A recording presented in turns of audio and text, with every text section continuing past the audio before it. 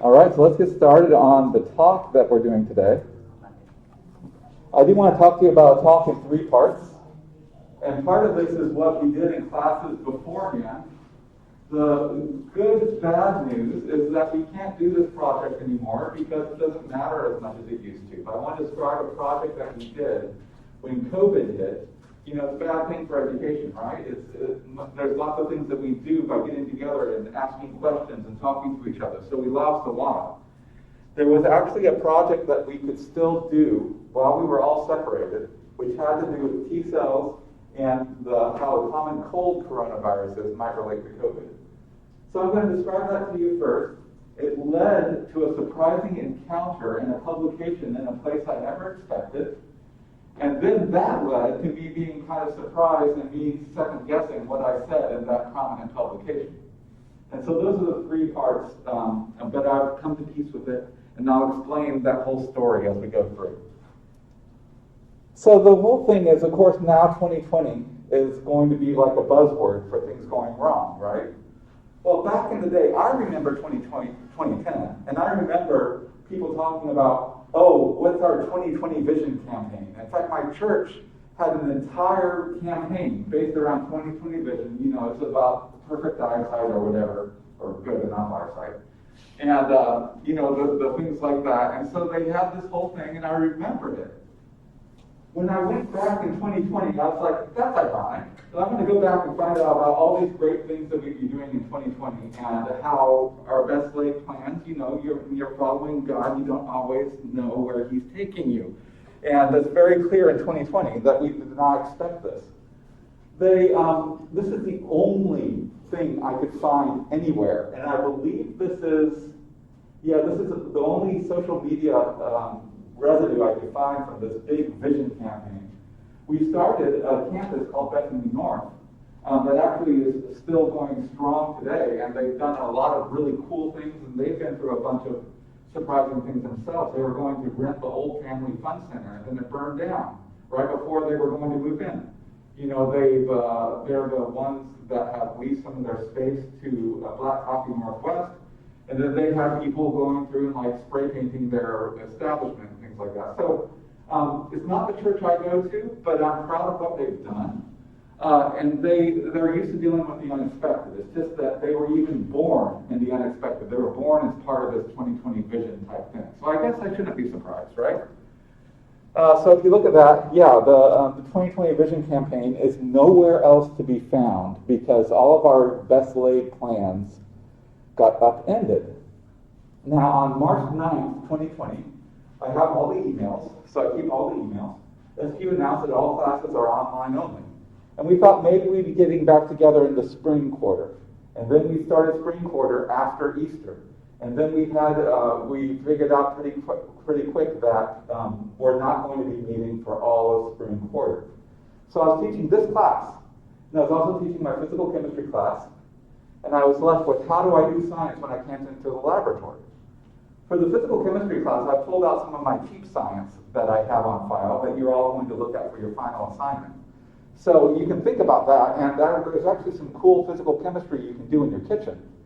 Some of it involves sugar, so then you can eat the result, you know, things like that. There's lots of benefits that you can't do in regular lab. Not as good, you know, you're not going to learn how to use a Biochemistry if you don't have a Biochemistry at home. Now in biochemistry though, we don't have a lab component, we're just a seminar. But I still wanted to do something real. And so I was like, what can we do that's real? And I had heard about how similar SARS-CoV-2 was to the common cold coronaviruses. And I looked to see if someone had looked at how similar the T cell responses were. And there were some studies on that, but there was nothing that was really along the lines of something I knew we could do in class. And so we did it. We looked through the SARS-CoV-2 genomes and we compared it to common cold. And we said, are there similarities here that would cause T cells to cross-react, cause them to bind to the same MHCs, so that a common cold coronavirus peptide would actually look the same, present the same surface to the T cell receptor as SARS-CoV-2. So I'm going to go real quick through the background, but I do like this picture because you can kind of see even the crown shape, the sun shape, the corona of the coronavirus here. And those are all the spikes on it. And as you know, the spike is the most important protein for infection, and it's the most important protein for us preventing infection. It's where the antibodies mostly go to. And it's a huge protein, big enough to be seen in this image. And it's obviously facilitating entry into the cell at that point. So it kind of, when a virus replicates, it makes a bunch of other viruses, and that starts a whole family tree. And in fact, you can look back at that family tree with evolutionary trees, and you can kind of figure out, okay, these viruses are related because they have more similar sequences than those viruses. Then you also can look at it and say, hey, all these viruses that are related are all in the same geographical area. So they're related because they're in the same space. And then you can even trace when one moves from one space to another. So you can localize the virus in space and build a family tree. You've also seen trees like this in immunity. You can, you know how B cells and T cells are sort of first cousins. Neutrophils are more different, but they're sort of second cousins, or I don't know all the terms for second cousin twice removed or something like that. But they're still related. They all come from similar stem cells. And so there's a family tree to immunity as well. And if you think about clonal selection, on quiz 2, if you answered that question, clonal selection is setting up a family tree of its own. And it's a form of evolution. In fact, all of these are forms of evolution. So this is a site that I was looking at all the time in 2020 because I was looking at the different viral genomes that they sequence. And if you look at very small along the bottom here, you see the date. And that's the most important thing. That's the time when the virus genome was released.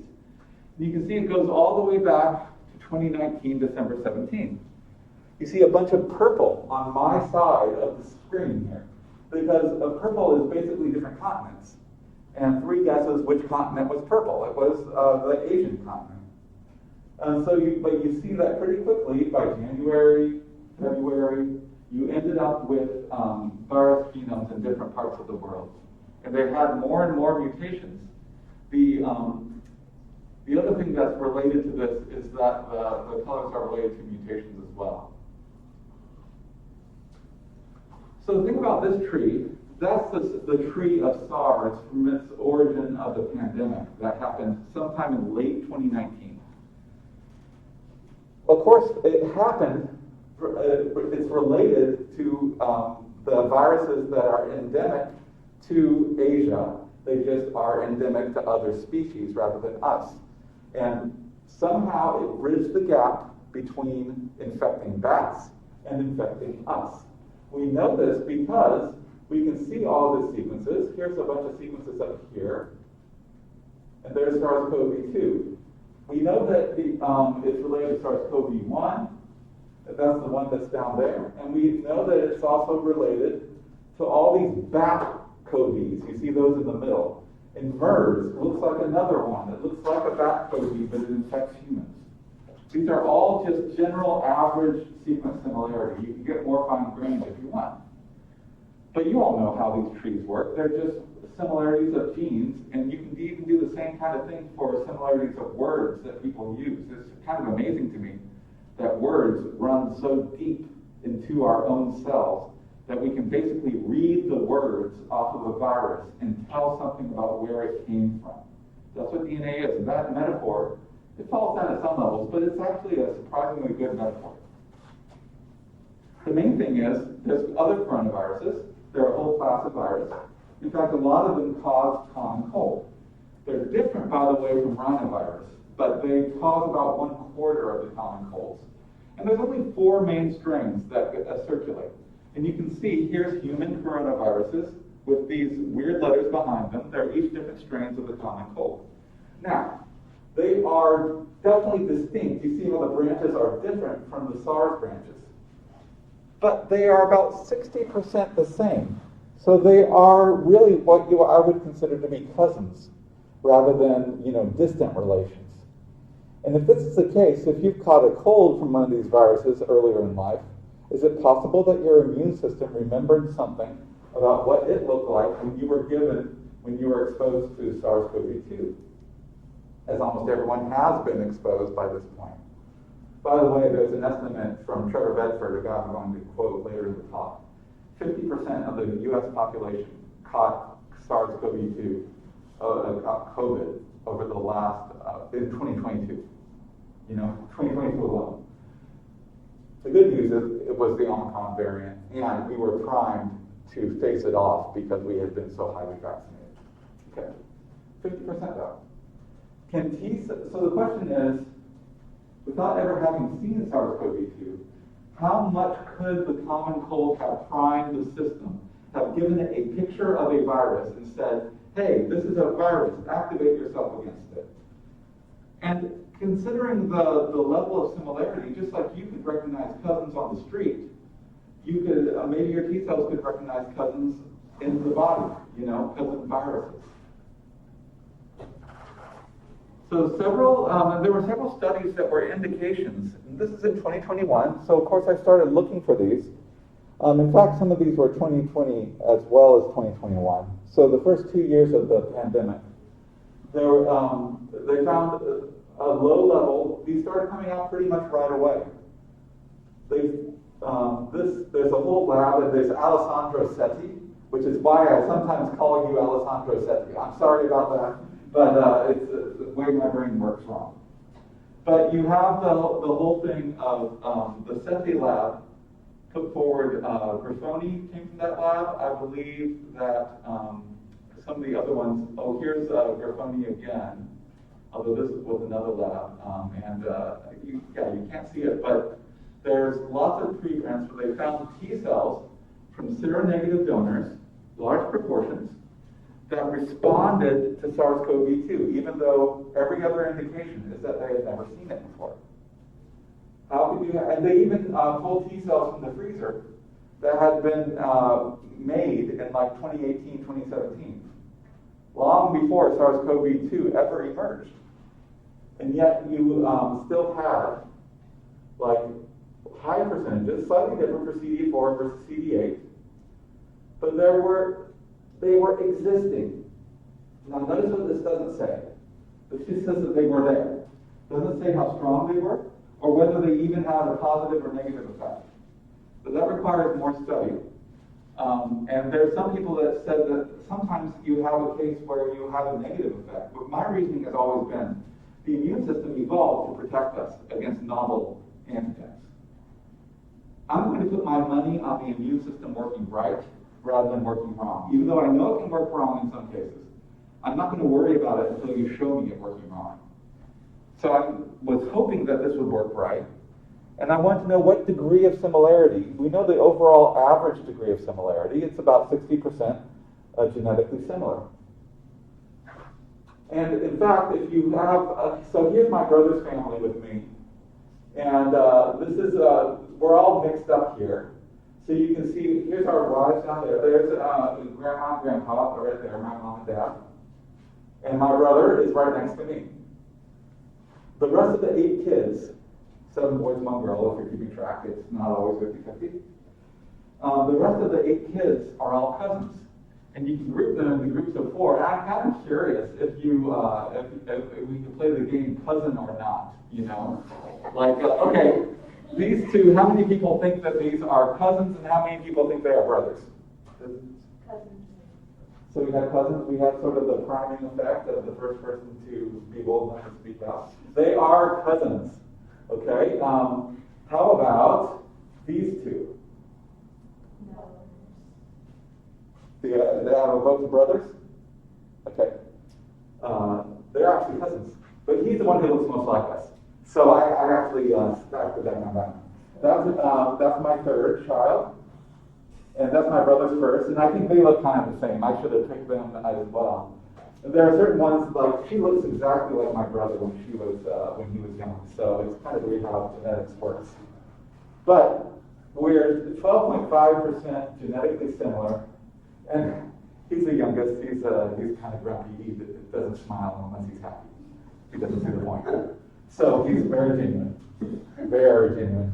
But you have the whole thing. The thing is, they are 12.5% genetically similar, and you can recognize.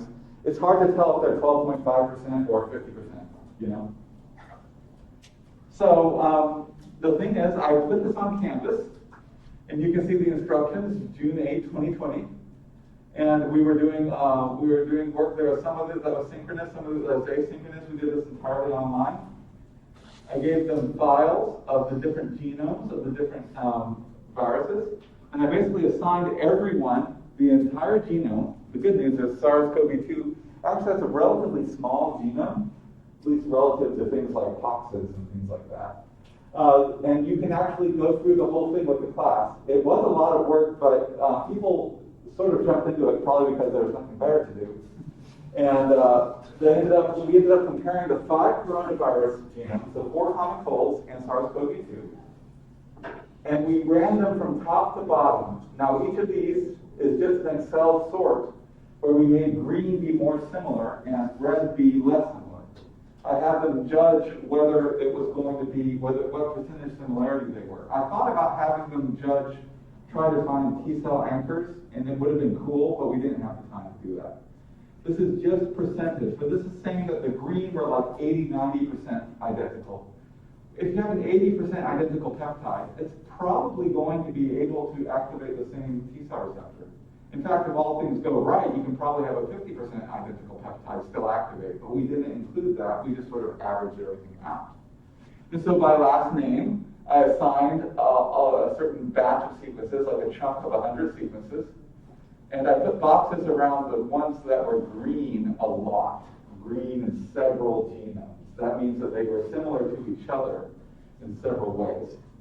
So we had a lot of similarity between the common cold, and each of these was a peptide predicted to bind to the most common MHC allele of that type. Now this is, we did it for class 1 and class 2. I believe, I don't remember which one this is, but they look sort of the same. The other thing is that you notice there's a lot more similarity at the bottom. The good news is this is where the spike is.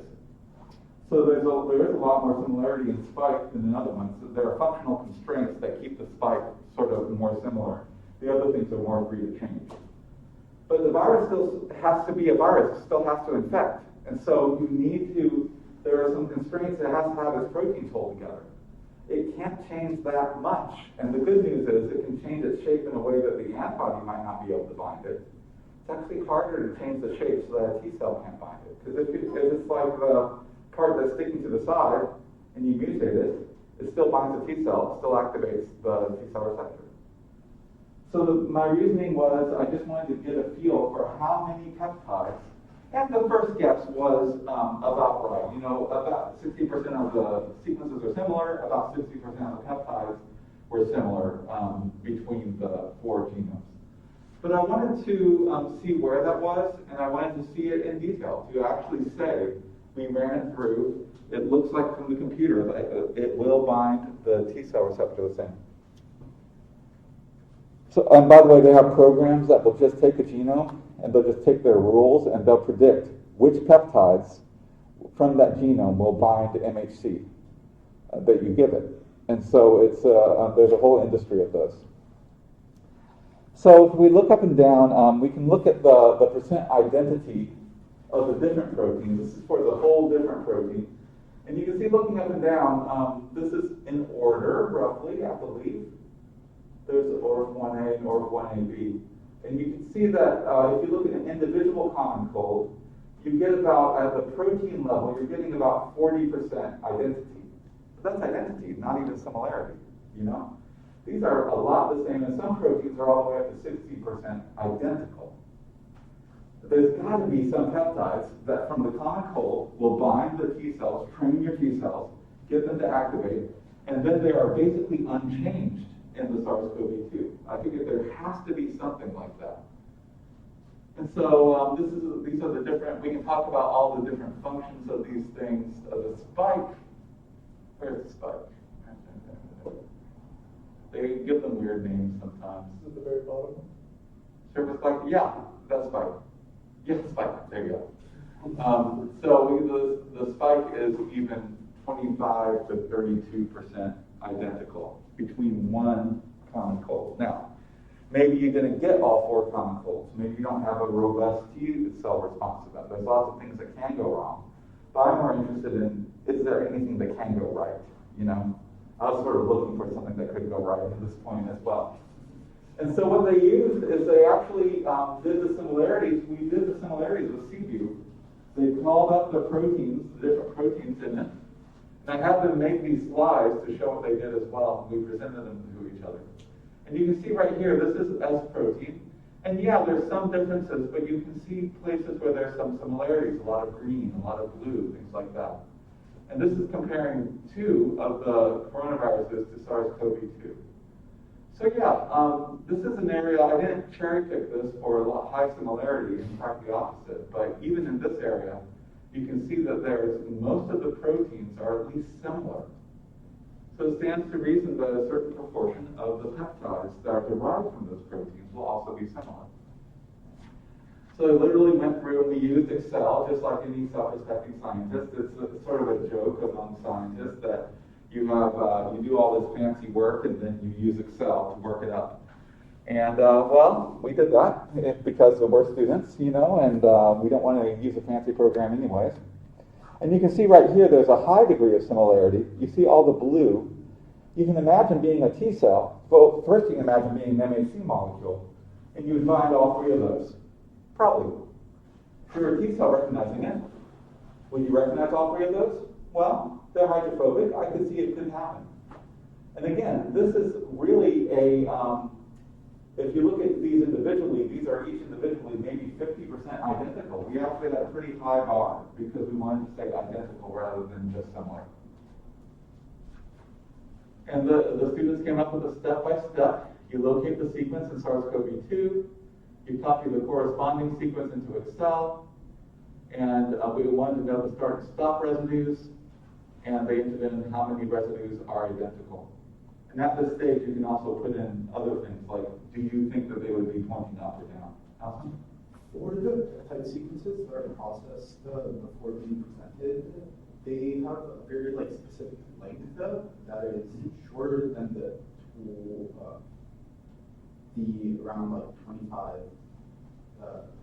or the 25 seen there. So does this model take into account how they would each be processed, how each would be processed, how each would be sniffed, and how each would be presented? Right? Because yeah, basically we just threw them all in there. If you had variants like that, and you do have some kind of fuzziness where it thinks that if you had any of these variants, that they would be presented by that MHC. And so we just did them all. Yeah. And you can see that I don't think these are long enough to be the class 2. I think these are class 1. And you can see that the programs have, they've been trained. The T cells haven't read the textbook. They just know that the thing saying that it's exactly 9 residues long is a textbook thing to say. You can squeeze more residues in there sometimes. And sometimes it can sort of squeeze out the ends. It depends on the MHC. So the thing is, number of identical residues and percent identical. That's all we did. So then this is another example. This is an example of something that you can see just how similar this peptide is. And so it stands to reason that if this peptide induced an immune response to the common cold, that should also be at least responsive to SARS-CoV-2. And my other guess was that it would be a good response, not a bad response. So both strains in the middle, and in fact, if you look at the middle and the middle and the end has more green than the C-terminus. And maybe the OC43 is the one on top. If you look, it looks like it has a little more green than the other one, which I think was NL63. But there's not that much difference. Usually when there's green, it's green all the way across. Because if it's similar in one virus, they're so similar to each other, it tends to be similar to all of them. And so these are the peptides that met our threshold for what we thought would be, number one, good binding peptides to the MHC across multiple strains of the common cold with the coronavirus. And I believe spike is shown right here. And you can see there's a bunch of them in spike. So there are a significant number of peptides that look like they would cross-react. And so we went through and we looked at the function of these different things. And the thing I want to show you, the viral proteins are described as NSPs if they're inside the cell, or SM, N, and E proteins if they're outside the cell or in the actual virion, I should say. These peptides were ones that I pulled from the other study that found there was some cross-reactivity in the T cell response. They pulled stuff out of the freezer, and they found that the T cells out of the freezer would respond to peptides, and they found that there were two peptides or two pools of peptides that were from NSP6 that would, there was actually one pool of peptides from NSP6, and there were two old T cell lines that would recognize it. I think that's how it works. I forget, it's been a while since I've seen these numbers. These definitely are a measure of cross-reactivity. And you'll see the cross-reactivity even extends to spike. There's some cross-reactivity there. The main thing is this is actual clinical data of which T cells can you find that have never been exposed to this antigen, yet they will respond to this particular antigen. And this was the data that I had at the time. And you see the CD8 on the top here. And these are the ones that came out of the freezer. And you can see that there's a couple. Most of them are down here, below the limit of detection. But you can see there's a significant number that give a significant response. So I did a box around all these. And I wanted to see how many in each protein, how many peptides could we find that we thought were cross-reactive. Hopefully, there were some that we would find. If we found more cross-reactive peptides in a protein, they would have found more cross-reactive T cells in their old samples.